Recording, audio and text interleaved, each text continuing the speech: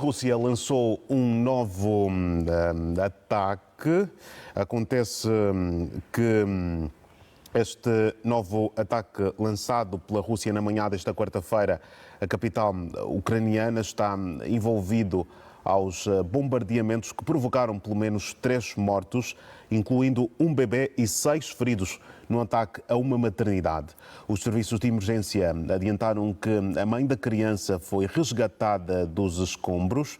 O presidente da Câmara pediu aos residentes para não deixarem os abrigos. Nas redes sociais, o mesmo revelou que o abastecimento de água foi suspenso em toda a capital e sublinhou que os técnicos estão a trabalhar para restaurar a eletricidade que foi cortada em vários distritos. O governador da região de Kiev relatou na conta do Telegram que áreas residenciais e locais de infraestruturas críticas tinham sido atingidos e que há o risco de novos bombardeamentos. Já o presidente da Câmara de Lviv, na Ucrânia Ocidental, disse que a cidade inteira estava sem eletricidade, que são possíveis problemas como o abastecimento de água que poderão continuar a surgir. Falhas de energia também foram registadas na Moldávia como resultado do bombardeamento do sistema energético ucraniano pela Rússia, relatou o vice-primeiro-ministro na conta do Facebook. Nas últimas semanas, a Rússia tem repetidamente bombardeado a capital ucraniana e instalações elétricas em todo o país, causando apagões generalizados. Desiludido, mas disposto a procurar vias alternativas, é esta a postura do governo escocês depois do Supremo Tribunal do Reino Unido ter dito que Edimburgo não tem o direito de organizar um referendo à independência sem autorização de Londres. A chefe do governo escocês defendia a legitimidade para organizar a consulta popular depois dos nacionalistas terem conquistado uma larga maioria no Parlamento local. Nicola Sturgeon diz que a decisão do tribunal expõe como mito a noção de que o Reino Unido é uma parceria voluntária. Afirma que a democracia escocesa não pode ser negada. Nicola adianta que as próximas eleições gerais servirão como referendo, pois se os partidos independentistas tiverem mais de 50% dos votos dos escoceses, terão então de ser ouvidos. Londres defende que é demasiado cedo para a Escócia realizar um novo referendo, depois da consulta de 2014, que rejeitou a independência. As sondagens recentes mostram que os escoceses estão divididos acerca da questão.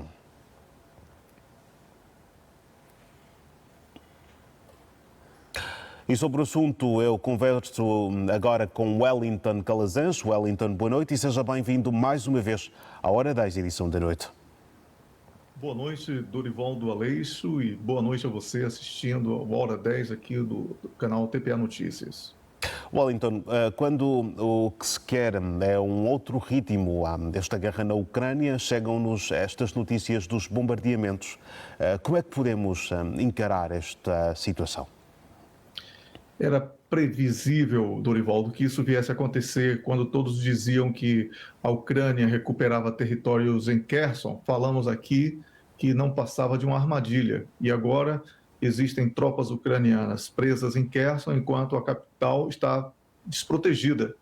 Uma estratégia militar conhecida, o recuo faz parte da estratégia, e os russos apostam muito na questão do inverno e por isso estão atacando infraestruturas relacionadas à geração de energia elétrica. São mais de 15 milhões de pessoas sem energia elétrica, e quando a capital passa a ser o alvo agora dos ataques russos, isso também faz parte de uma estratégia de jogar a população contra o presidente Volodymyr Zelensky, e que certamente deverá acontecer, será o novo passo dessa investida Rússia dentro da Ucrânia, que seria derrubar Volodymyr Zelensky através do próprio povo ucraniano.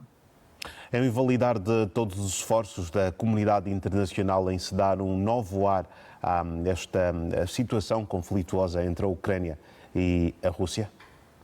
Eu acredito que já existe um acordo secreto entre os Estados Unidos, as inteligências dos Estados Unidos e da Rússia, para que a Rússia ponha fim nessa investida, que é chamada pelos russos de Operação Militar Especial, Operação Especial somente, e que toda a culpa seja jogada sobre o Volodymyr Zelensky. Observe que a própria imprensa ocidental tem apontado falhas graves dele, especialmente nesse último episódio, quando houve um ataque com 2 mísseis na Polônia e houve uma tentativa de jogar a comunidade internacional, com ênfase para os países membros da NATO, contra a Rússia, o que poderia ter promovido uma escalada sem precedentes. Então, Dorivaldo, esses episódios estão sendo agora explorados por uma imprensa que era praticamente uma espécie de escudo de blindagem em torno da imagem do Volodymyr Zelensky. Então, acredito que já seja consequência do acordo entre as inteligências que aconteceu na Turquia e que pouco foi falado por causa exatamente desse episódio com os poloneses, onde 2 pessoas acabaram falecendo por ataques, fogo amigo, vamos chamar assim, da Ucrânia. Certo, Wellington.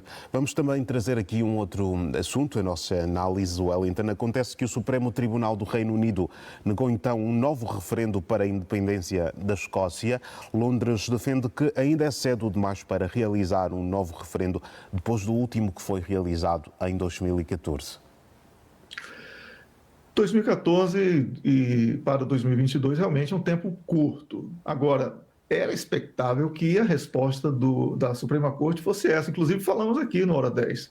Dificilmente a Suprema Corte iria permitir que o referendo fosse realizado. No entanto, Dorivaldo, temos aqui que destacar que, como você falou muito bem aí, a população está extremamente dividida, pouco mais de 50% já apoiam o referendo e os partidos independentistas querem fazer das próximas eleições uma espécie de referendo de facto e não de direito, né?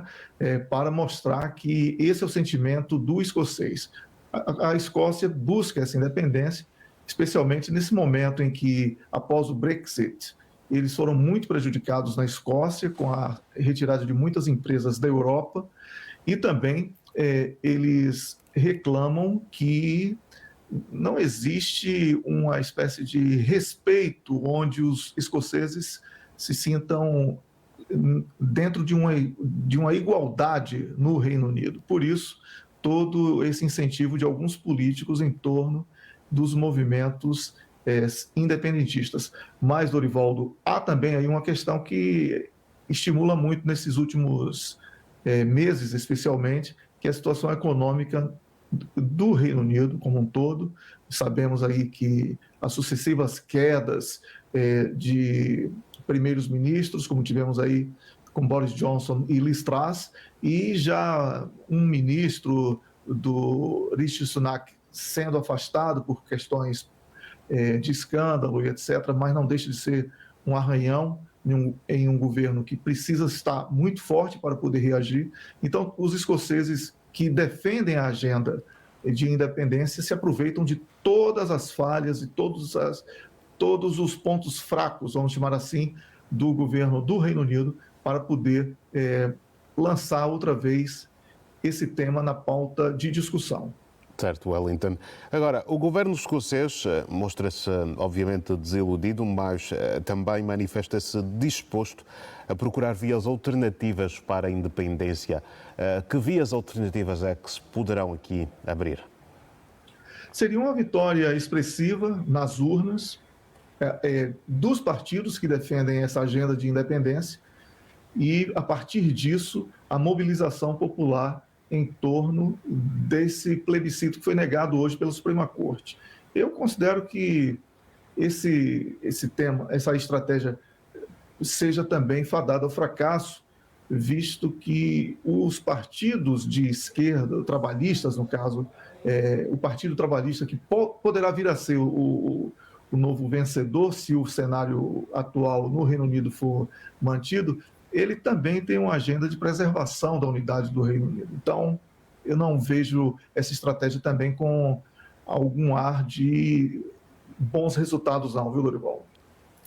Wellington, vamos então agora olhar também para o Brasil, pois afinal Jair Bolsonaro, pediu anulação dos votos por alegadas inconformidades irreparáveis nas eleições.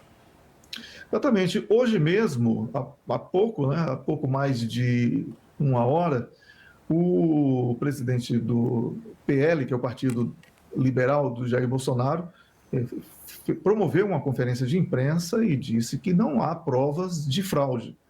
Isso já é um precedente muito grande para que o TSE, que é o Tribunal Superior Eleitoral do Brasil, ele possa negar o pedido que foi feito na Justiça por Jair Bolsonaro para o cancelamento dos resultados, né, das eleições na segunda volta. Não falou sobre a primeira, mas falou sobre a segunda, e o PL disse que se houver alguma resposta positiva, a questão da primeira volta também entrará na discussão. Eu acho pouco provável, Dorivaldo, porque o TSE, o Tribunal Superior Eleitoral do Brasil, só existem 3 tribunais desses no mundo, né? Na Finlândia, no Brasil, em outro país agora, que eu nunca lembro, mas são 3. E com isso, Dorivaldo, eu posso dizer que quem entra para uma disputa eleitoral no Brasil deve reconhecer que não há muita margem para reclamar, porque o TSE, ele organiza, realiza e julga as eleições. Não há ninguém que possa contestar isso. Então, é um sistema quase fechado, o sistema eleitoral brasileiro, que eu realmente tenho bastante resistência a aceitar isso como algo normal. Eu prefiro países que, como Angola, tem a CNE e que os tribunais independentes possam fazer os devidos julgamentos. Então, eu acho muito mais seguro e isso no Brasil não é possível. Wellington, é sempre um prazer enorme tê-lo aqui no Hora 10 edição da noite. Vamos querer contar consigo em próximas oportunidades. Até lá, um grande abraço desta equipa. A recíproca é verdadeira. Um grande abraço, boa noite. E a você também que está assistindo, boa noite. Boa noite, Wellington.